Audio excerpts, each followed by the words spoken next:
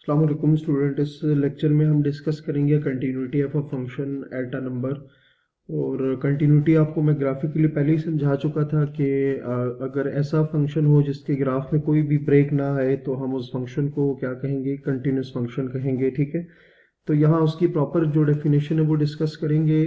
यहाँ पर कंटिन्यूस और डिसकंटिन्यूस को देखेंगे। तो पहले कंटिन्यूस फंक्शन है, continuous function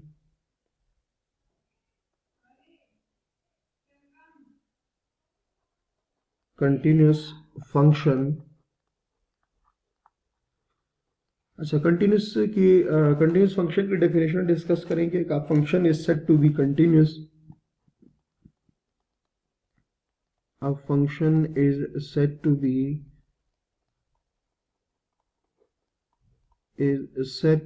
continuous at a number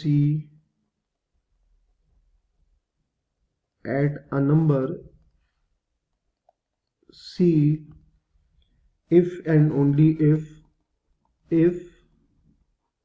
and only if the following three conditions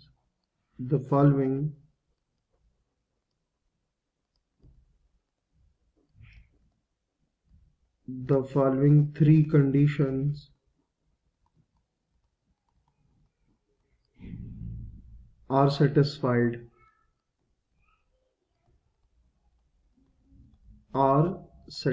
ठीक है, कोई भी फंक्शन किसी नंबर c पर कंटिन्यूस होगा अगर वो तीन कंडीशंस को सेटिस्फाई करेगा तो वो फंक्शन हमारे पास कंटिन्यूस होगा। सबसे पहली जो कंडीशन है, f of c is defined. इसका मतलब ये हुआ कि हमने जिस वैल्यू पर कंटिन्यूटी चेक करनी होगी उसको फंक्शन में पुट करना होगा और वो फंक्शन उस वैल्यू पर डिफाइंड होना चाहिए, मतलब उसका कोई वैलिड आंसर आना चाहिए। कहने का मतलब ये है। ठीक है, अच्छा, उसके बाद सेकंड कंडीशन है कि limit of the function when x approaches to c must exist. ठीक है, लिमिट एग्जिस्ट करने का मतलब ये है कि लेफ्ट हैंड लिमिट और राइट हैंड लिमिट उस वैल्यू के ऊपर सेम आना चाहिए। तो लिमिट एग्जिस्ट करने का क्राइटेरिया हम ऑलरेडी डिस्कस कर चुके हैं। तो इसका मतलब ये कि फंक्शन की लिमिट एग्जिस्ट करना चाहिए when x approaches to c। Third जो कंडीशन है, थर्ड एंड लास्ट कंडीशन, वो आपके पास क्या है कि पहली जो दो कंडीशंस हैं उनका आंसर सेम आना चाहिए। f ऑफ c और limit of f of x when x approaches to c, ये जो है आपके पास, ये दोनों फर्स्ट टू कंडीशन जो है वो इक्वल आनी चाहिए। तो ये हमारे पास कंटिन्यूटी की डेफिनेशन है कि कोई भी फंक्शन अगर इन तीनों कंडीशंस को सेटिस्फाई करेगा तो हम कहेंगे कि वो जो फंक्शन है वो इस c के ऊपर कंटिन्यूस होगा। अब आ जाते हैं जी डिसकंटिन्यूस फंक्शन पे। Discontinuous function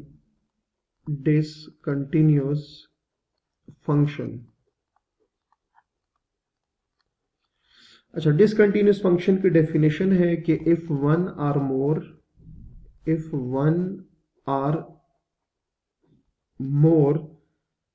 of these three conditions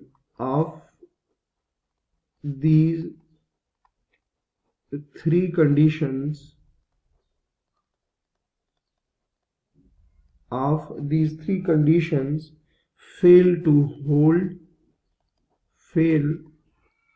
to hold at c, then the function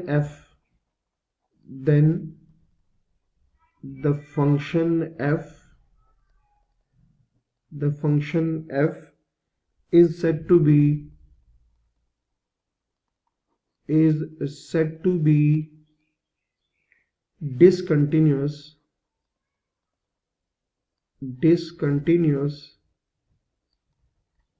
at c। ठीक है, जैसे कि हमने कंटिन्यूटी डिस्कस की तो हमने उसमें कहा कि कोई भी फंक्शन जो कि इन तीन कंडीशंस को सेटिस्फाई करेगा हम उसको कंटिन्यूस फंक्शन कहेंगे। तो डिसकंटिन्यूस क्या होगा कि अगर उन तीनों में से एक या एक से ज्यादा कंडीशन अगर कोई फंक्शन पूरी नहीं करता तो वो जो फंक्शन होगा वो क्या होगा, डिसकंटिन्यूस फंक्शन हमारे पास होगा। ठीक है। अच्छा, अब आ जाते हैं कुछ एग्जांपल्स पे कि कंटिन्यूटी के जो एग्जांपल्स हैं वो देखेंगे। सो फर्स्ट हमारे पास एग्जांपल है कंसिडर द फंक्शन। ठीक है, हमने ये चेक करना है कि ये जो आपके पास फंक्शन है ये कंटिन्यूस है या नहीं है। ठीक है, और फंक्शन है लेट से मेरे पास एक्स स्क्वायर माइनस वन और एक्स माइनस वन, और जो c है मतलब जो वैल्यू है हमारे पास वो है वन। ठीक है, इस वन के ऊपर मैंने चेक ये करना है कि ये फंक्शन जो है वो कंटिन्यूस है या नहीं है। ठीक है, तो सबसे पहले जो फर्स्ट कंडीशन है हम उसको देखेंगे। फर्स्ट कंडीशन आपको पता है क्या है कि जिस वैल्यू पर कंटिन्यूटी चेक करते हैं उस वैल्यू को फंक्शन में पुट करेंगे और आंसर जो है वो आपके पास क्या आना चाहिए, डिफाइंड आना चाहिए। ठीक है, तो उसके लिए हम सिंपल क्या करेंगे कि जो वैल्यू है x is equals to one, इसको आपने पुट करना है f ऑफ x में। तो f ऑफ वन की जो वैल्यू है वो आएगा one square minus one over one minus one.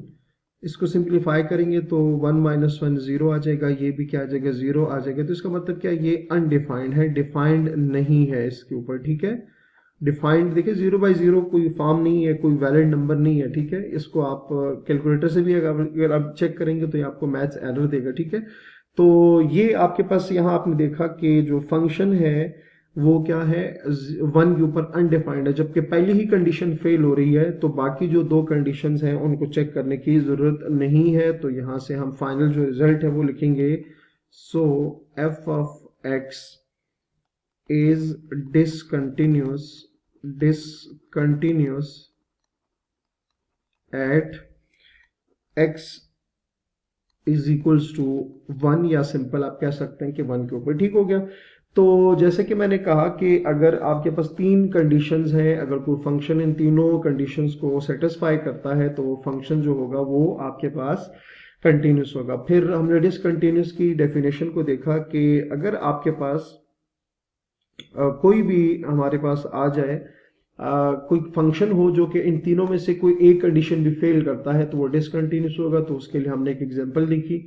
हमने पहली कंडीशन देखी, पहली कंडीशन जो है वो यहाँ पर सेटिस्फाई नहीं हो रही, तो इसका मतलब ये हुआ कि ये जो फंक्शन है ये हमारे पास डिसकंटिन्यूस फंक्शन होगा। ठीक है, इससे रिलेटेड हम जो है इसके अलावा कुछ और एग्जांपल्स हैं वो भी हम चेक करेंगे। तो वो इंशाल्लाह हम नेक्स्ट वीडियो से देखेंगे। तो अपना बहुत सारा ख्याल रखिएगा। अल्लाह हाफिज।